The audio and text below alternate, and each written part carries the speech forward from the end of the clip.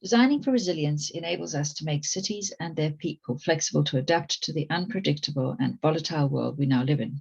It can be considered an evolution from sustainable design approaches. This studio explores how we can contribute to resilient cities as architects. The tutoring team is Julia Weddle, Melissa Kinnear, Jason Coleman, and Alex Towler. They have academic specialization in resilience, third sector experience in development practice and emergency responses, and are embedded in progressive architectural practices.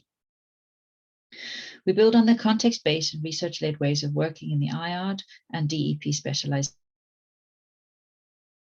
but welcome everyone from all specializations who would like to develop tools, skills, and methods to make their architectural design relevant to the emerging realities of cities in a time of climate crisis.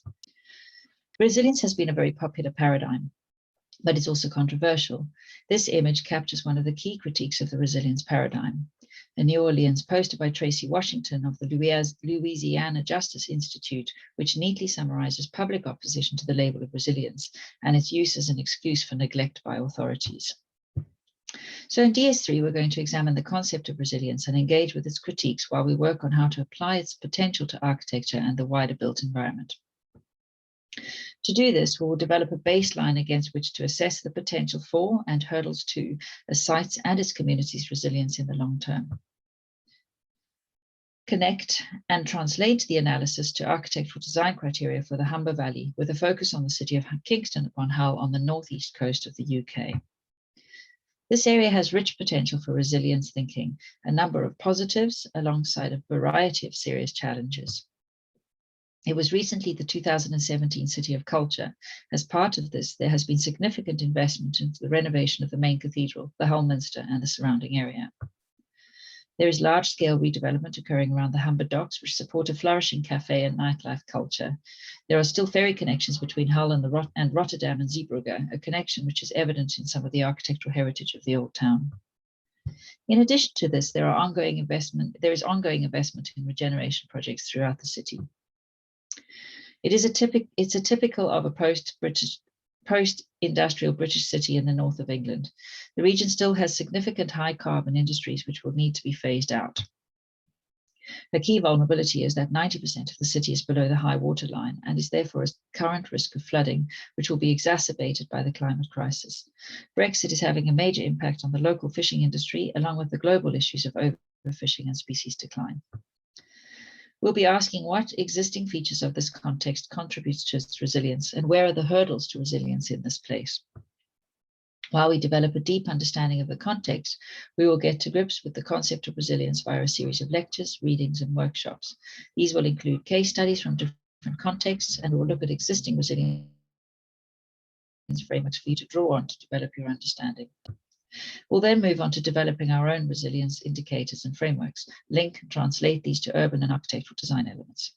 Within the framework of resilience thinking, you will find scope to explore any issues in architecture that you may be passionate about, certainly environmental issues, materiality, scale, issues of stakeholder or community participation, governance, to name but a few. From this focused analysis, you will then develop a fictional yet research-derived resilience scenario in the near future. This will be developed with the stakeholder narratives. Semester 1 will culminate in an urban room to present your research and further your design.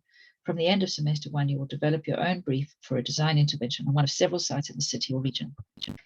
Technical design is about seeing, understanding, and finding wonder in the way the world around us physically and materially works. It's about learning how to act with our minds, hands, and with others. It's about the art of making imagination become substance. Technical explorations will seek to place material, environmental, and spatial manifestations within the realm of interrelationships, exploring how the realization of architecture not only creates and affects its immediate spatial environment, but has impacts on the wider world far beyond.